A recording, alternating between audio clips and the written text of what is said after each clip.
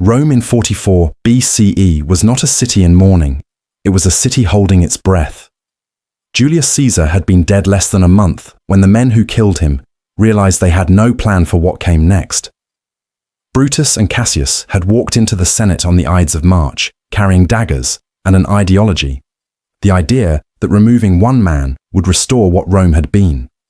What they found instead was that the republic they were trying to save had already hollowed out from the inside, and killing Caesar had not reversed that process. It had accelerated it. Into this atmosphere, tense, leaderless, crowded with competing ambitions, came a letter.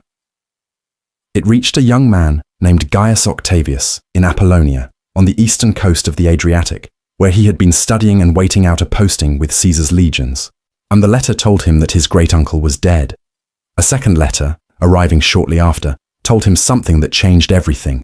Caesar had adopted him posthumously in his will, making him Gaius Julius Caesar Octavianus, heir to a name, a fortune, and a political legacy that half of Rome was already fighting over. He was 18 years old. By almost any measure, the inheritance was a trap. The name was valuable, but the name was also a target. Caesar's assassins were still in Rome, armed with philosophical justifications and senatorial connections. Mark Antony, Caesar's most powerful lieutenant, had already moved to consolidate the dead man's papers, funds, and political networks for himself. Antony was in his late 30s, battle-tested, physically imposing, and thoroughly confident that this teenager from a provincial family had neither the constitution nor the nerve to be taken seriously. He made this opinion known. Cicero, the most celebrated mind in Roman public life, briefly entertained the idea of using Octavian as a counterweight against Antony, a useful instrument, controllable, disposable once the situation stabilized. He described the boy, in private correspondence, with barely concealed condescension. What neither man understood was that Octavian had already decided not to be managed. His first moves were not military, they were legal and financial. He traveled to Rome and formally claimed the inheritance, a process that required navigating a Senate still sorting out the constitutional wreckage of Caesar's dictatorship, an Antony who obstructed him at every turn, and a population that was simultaneously grieving Caesar and uncertain whether grief was politically safe. Octavian paid out Caesar's promised gifts to the Roman people from his own resources, a detail that sounds minor and was not. It was a public act that placed him inside the emotional relationship between Caesar and the city. He was not presenting himself as a successor, he was behaving like one. This distinction mattered. The Roman political system at this moment had no framework for what Octavian represented. He held no office, commanded no army, and had no record of military or administrative achievement. What he had was a name that carried enormous popular weight, a temperament that registered threat as information rather than emotion, and an almost clinical ability to identify what other men wanted and offer them just enough of it to keep them cooperative. Antony wanted him neutralized. The Senate wanted stability. The veterans of Caesar's legions wanted their promised land settlements honored. Octavian moved carefully between all of it, giving nothing away that he did not intend to give. There is a quality in certain historical figures that only becomes visible in retrospect, when the full arc of their lives can be measured against the moment they began. In Octavian's case, the quality is patience, not the patience of someone waiting for permission, but the patience of someone who had already determined the destination and was willing to take the longest route that kept him alive. And he was operating in an environment where impulsive men with more resources and more experience were destroying themselves through overreach, and he watched them do it with the attention of a student who intended to pass where they had failed. Antony's laughter, in this light, was not just a miscalculation. It was the first of several gifts the powerful would hand to a young man they had already decided not to fear. The alliance formed between Octavian, Mark Antony, and Marcus Lepidus in 43 BCE had the appearance of a political settlement. It was, in practice, a controlled demolition. The Second Triumvirate was granted formal legal authority by the Roman Assembly, 5 years of executive power to reconstitute the state. The language was institutional. The reality was that 3 men with armies had agreed, temporarily, not to use those armies against each other, and had decided instead to use them against everyone else. The proscriptions began almost immediately. Proscription was not new to Rome. Sulla had used it a generation earlier, posting lists of names in the Forum. Citizens declared enemies of the state, their property forfeit, their killers rewarded. What the Triumvirate produced in the autumn of 43 BCE was that same instrument, applied with greater reach and considerably less restraint. Somewhere between 200 and 300 senators and 2,000 equestrians were named. Bounties were set. Slaves who turned in their masters were promised freedom. The city, which had spent months negotiating the fragile politics of Caesar's legacy, shifted into something older and uglier, survival arithmetic. So the deaths that followed were not all equal in historical weight, but one of them carried a particular significance. Marcus Tullius Cicero, orator, philosopher, former consul, and the man who had privately dismissed Octavian as a convenient instrument, was caught on the roads south of Rome in December of 43 BCE. He had hesitated too long, changed his route too many times. The soldiers who found him were efficient. His head and his hands were taken to Rome and nailed to the rostra in the Forum, the very platform from which he had delivered the speeches that defined his public life. Antony's wife, by one account, drove a hairpin through the severed tongue. The image was theatrical in its brutality, but the Forum was a theatrical space, and whoever arranged the display understood exactly what they were communicating. Octavian had signed Cicero's name to the list. This fact has troubled historians ever since, and it should. Cicero had been, however patronizingly, an early political sponsor. Octavian owed him something, at minimum, in the accounting of political obligation. The decision to include him appears to have been a concession to Antony, who had personal reasons for wanting Cicero dead. The Philippics, the series of speeches in which Cicero had attacked Antony with memorable savagery, had not been forgotten. But concession is too passive a word for what Octavian did. He made a calculation. Cicero alive was a complication. Cicero dead removed a man whose rhetorical authority could, at some future point, be turned against him. The proscriptions were not simply about eliminating enemies, they were about eliminating categories of future risk. What the Triumvirate was doing, beneath the legal framework and the posted lists, was rewriting the boundaries of Roman political life. The Republic had operated in theory on the principle that a citizen's life held a certain inviolability against arbitrary state power. The proscriptions dissolved that principle in public with full documentation and made everyone who survived them aware of exactly what survival now required. It required the goodwill of men with armies. The Senate understood this. The equestrian class understood this. The lesson settled into Roman political culture like sediment, and it would not wash out. Between the three triumvirs, the dynamic was never stable. Lepidus was the weakest, and all parties knew it. Antony and Octavian maintained the form of partnership while studying each other with the attention of men who had no illusions about the eventual shape of things. They shared military campaigns, divided the Roman world into spheres of influence, arranged a marriage between Antony and Octavian's sister Octavia as a political seal. None of it resolved the underlying arithmetic. The Roman world was large enough for an empire and too small for two men who each intended to be its center. Antony moved east. Octavian consolidated in the west. The distance between them was, for the moment, useful. But distance in the ancient world was not insulation. It was delay. And what was accumulating in the east, in the courts of Alexandria, and in the alliance forming between Antony and a queen, Rome had not yet decided how to categorize, would eventually close that distance entirely. The war that ended the Roman Republic was not announced as a civil war. It could not be.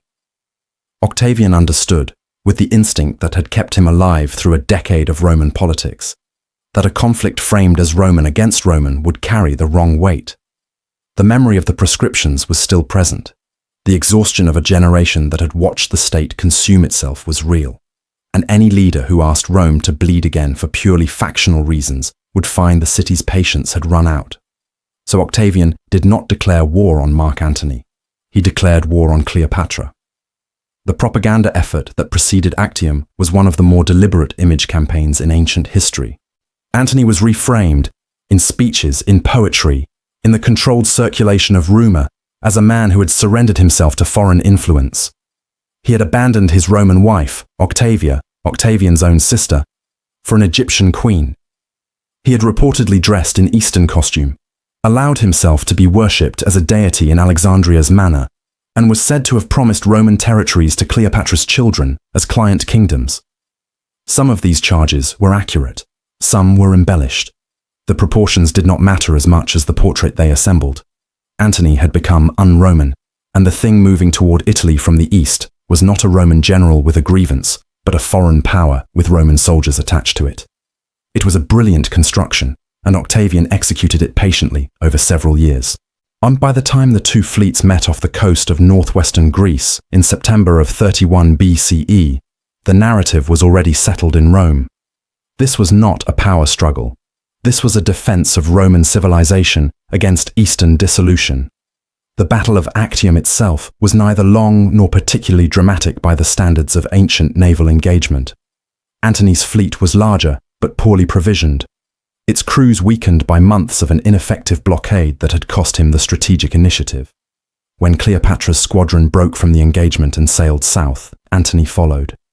The decision was catastrophic, not because it lost the battle, which was already compromised, but because it confirmed, visually and permanently, every accusation Octavian had spent years constructing. Whatever military logic existed in the withdrawal, the image that remained was of a Roman commander abandoning his men to follow a foreign queen. Octavian did not need to exaggerate what happened next. He simply needed to wait. Antony and Cleopatra retreated to Alexandria, where the political options contracted steadily over the following months. Octavian advanced. Negotiations, such as they were, produced nothing. Antony died by his own hand in August of 30 BCE, by most accounts having received a false report that Cleopatra was already dead. Cleopatra followed him within days, denying Octavian the spectacle of parading her through Rome in chains, a final act of control in a situation that had run entirely beyond her control. The manner of her death, the asp or the hidden pin, has attracted centuries of romantic interpretation. What mattered in the immediate political sense was the effect. With both of them gone, Octavian had no living rival of any consequence. He also had Egypt, the wealthiest territory in the ancient world, which he annexed not as a Roman province in the conventional sense, but as his personal possession. Before leaving Alexandria, he visited the tomb of Alexander the Great. He looked at the body, reportedly placed a wreath on it, and when asked whether he wished to see the tombs of the Ptolemaic rulers as well, declined. He had come to see a king, not a dynasty. The gesture was not accidental. Octavian was 32 years old, stood in possession of the Roman world, and was already thinking about how permanence was constructed. Military victory was the beginning of that question, not the answer. And he had watched Caesar win everything and die in the Senate. He had watched Antony dissolve into a story that Octavian himself had largely written. The lesson both men offered was the same one, stated differently. Power without architecture does not hold. He sailed back toward Rome with that problem in front of him, and he had already begun working on the solution.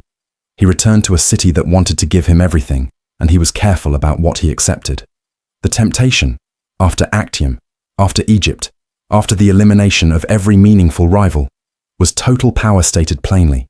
A dictatorship, a kingship. Rome had the vocabulary for both, and given the exhaustion of the previous century, a significant portion of the Senate and the population might have accepted either without serious resistance. Caesar had reached for something like this and paid for it on the floor of the Curia. Octavian had been present for that lesson, not literally, but politically. He had spent his entire adult life inside its consequences. He was not going to repeat it. What he constructed instead was more durable and considerably more sophisticated than a dictatorship, precisely because it refused to call itself one. In 27 BCE, in a session of the Senate that had almost certainly been choreographed in advance, Octavian made a formal offer to restore the Republic. He would relinquish his extraordinary powers. The Senate would govern as it had before. The performance was convincing enough that at least some senators appear to have been genuinely uncertain whether he meant it. The Senate responded by begging him to stay and granting him a 10-year command over the provinces that contained the bulk of Rome's armies, and awarding him the title Augustus, a word drawn from religious language, implying something elevated and sanctified. without the explicit political content of rex or dictator. He accepted with apparent reluctance, which was itself part of the performance. Over the following years, he accumulated authority through a method that was almost architectural in its patience. Tribunician power gave him the legal inviolability of a tribune and the ability to veto any act of the state, renewed annually, a clock that never ran out. Proconsular authority gave him command over the military provinces, which meant command over the legions, which meant that no military challenge to his position was structurally possible.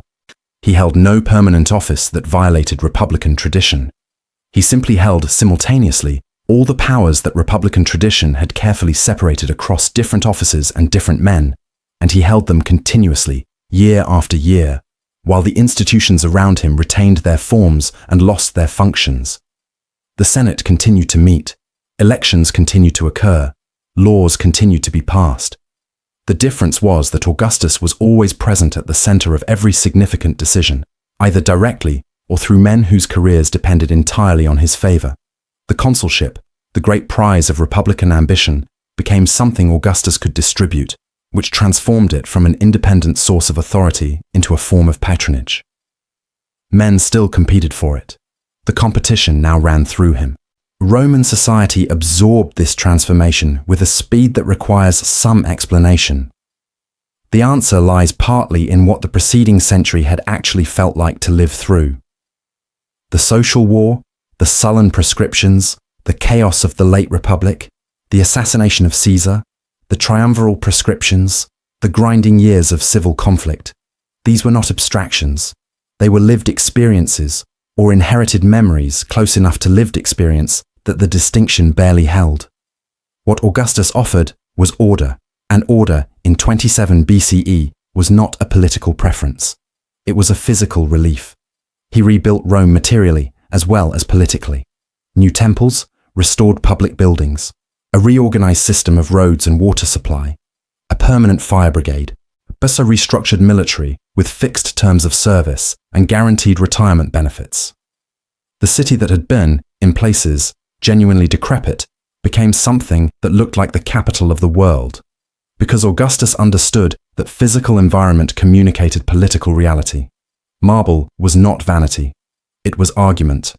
What the Augustan settlement obscured by design was the degree to which every one of these improvements flowed from a single source and could, theoretically, be withdrawn by that same source. The institutions were real. The infrastructure was real. The peace was real. But underneath all of it ran a single wire, and the wire led back to one man who had made himself, through patience and precision, impossible to remove. The Republic had not been abolished. It had been preserved so thoroughly that it no longer functioned. Power, held long enough, has a way of outlasting everything the powerful assumed would outlast them. Augustus had built an empire on the management of succession, on the idea that the system he created was stable enough to transfer, that Rome's future did not depend on his continued presence, but on the architecture he had put in place. It was the most persuasive argument for the Augustan settlement, and it was the argument his private life spent 4 decades quietly contradicting. The first chosen heir was Marcellus, his nephew, married to his daughter Julia in 25 BCE with the public weight of a dynastic announcement. He was young, popular, and dead within 2 years, of an illness that left Augustus without a plan and Rome without a settled future. Agrippa, his most capable general and closest political ally, stepped into the role. Married to Julia himself, producing heirs that Augustus adopted as his own sons, Gaius and Lucius Caesar. For a period, the succession appeared resolved. Then Agrippa died in 12 BCE. Then Lucius died in 2 CE. Then Gaius, the one Augustus had invested with the most visible public preparation, died in 4 CE from wounds sustained in a minor campaign in the east. Each death arrived as a separate blow, separated by enough time that the pattern was slow to become undeniable. Augustus was burying his future repeatedly, and the men he had chosen were dying in an order that suggested fate had opinions about the Augustan project that differed from his own. What remained was Tiberius, his stepson from his wife Livia's first marriage. Tiberius was competent, experienced, and deeply uncomfortable in the role Augustus needed him to fill. He had withdrawn from public life once already, retreating to Rhodes in what appeared to be genuine exhaustion with the political atmosphere of Rome, and Augustus had not forgiven him easily for the absence. The adoption of Tiberius as heir in 4 CE was not a celebration. It read, even at the time, like a man accepting the last option on a list that had grown shorter than he planned. The domestic catastrophe ran alongside the succession crisis, without ever fully separating from it. Julia, Augustus's only biological child, had been married 3 times in the service of dynastic strategy, to Marcellus, then Agrippa, then Tiberius, and had apparently found in none of these arrangements anything resembling a life she had chosen. In 2 BCE, Augustus exiled her under the adultery legislation he himself had written and championed as a cornerstone of Roman moral renewal.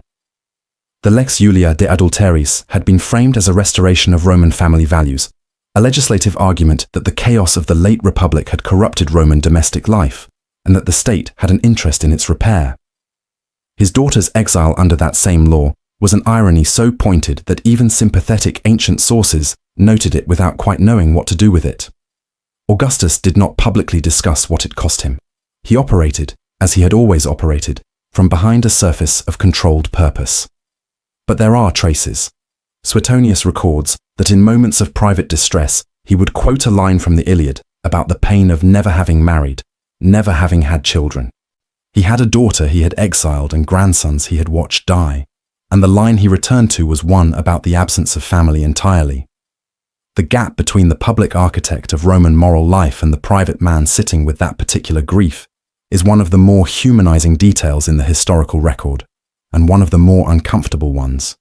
He died in August of 14 CE, in Nola, in the same region of Campania where his father had died. He was 76. By the account of those present, his last words to Livia were a private farewell, the kind that belongs to a long marriage rather than an imperial legacy. Whether the accounts are accurate is impossible to verify. What is certain is that by the time he died, the world Rome occupied had been so thoroughly reshaped around his decisions that the question of what came next was no longer whether the system would continue. It was only who would stand at its center. That question had already been answered, reluctantly, 4 years before his death. What had not been answered, what would take centuries and considerably more suffering to even partially resolve, was whether the system itself had been worth building. The Pax Romana that followed Augustus's death is often cited as his vindication. 2 centuries of relative peace, unprecedented urban development, the codification of Roman law, the flourishing of Latin literature, Virgil, Horace, Livy, all writing within the cultural and financial atmosphere Augustus deliberately cultivated, by the measures historians typically apply to rulers, and the ledger reads favorably. Tacitus did not find it favorable. Writing a century after Augustus, in a Rome that had produced Caligula and Nero as direct products of the imperial system, Tacitus described the Augustan age with a clarity that has never quite been answered. He argued that Augustus had seduced the army with bonuses, the people with cheap food and entertainment, and the Senate with the appearance of authority, until everyone had exchanged the habit of freedom for the comfort of stability. The indictment is not that Augustus was cruel, though he could be. It is that he made freedom feel unnecessary, and that once a generation had grown up without exercising it, the capacity began to atrophy. The emperors who followed him were his argument made flesh. The system Augustus designed concentrated so much authority in a single position that the character of the man occupying it became the character of the state. When that man was capable, Rome expanded and consolidated. When that man was Caligula, the system had no meaningful correction available. Augustus had solved the problem of his own century with a precision that introduced a different problem into every century that followed. He found Rome ungovernable under its existing structure and made it governable under a new one, and the new one depended, permanently, on the quality of one man's judgment. Whether that trade was worth making is a question Rome spent 500 years answering, and never answered the same way twice.